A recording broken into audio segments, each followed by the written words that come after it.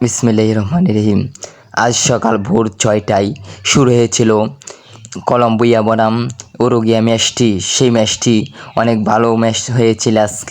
আজকে ফাইনালে উঠেছে কলম্বিয়া। একটি গোল করে তারা ফাইনালে উঠেছে। ফাইনালে মুখোমুখি হবে আর্জেন্টিনার বনাম কলম্বিয়া। ম্যাচটি 15 তারিখ সেই ম্যাচটি শুরু হবে। আজ খেলায় অনেক এগিয়েছিল উরুগুয়ে সবটুকু খেলা খেলে অনেক ভালো খেলেছিল। হাফ অ্যানারের পর অনেক চেষ্টা করেছিল গোলের জন্য, অনেক চেষ্টা করেছে কিন্তু গোল তারা দিতে পারে না।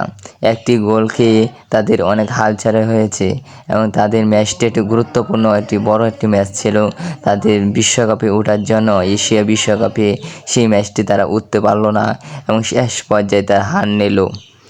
কলম্বিয়া অনেক তারা চেষ্টা করেছে আরেকটি গোল দেওয়ার জন্য, শেষ পর্যায়ে কলম্বিয়া গোল দিতে পারেনি।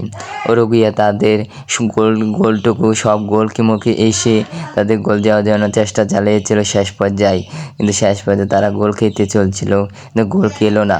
তারা অনেক ভালো খেলেছে, তো সেই ভালো খেলেও তাদের ভালো গোল দিতে পারেনি। তো এই জন্য তারা ভালো খেলাটি কিন্তু তাদের জন্য বাসেনি।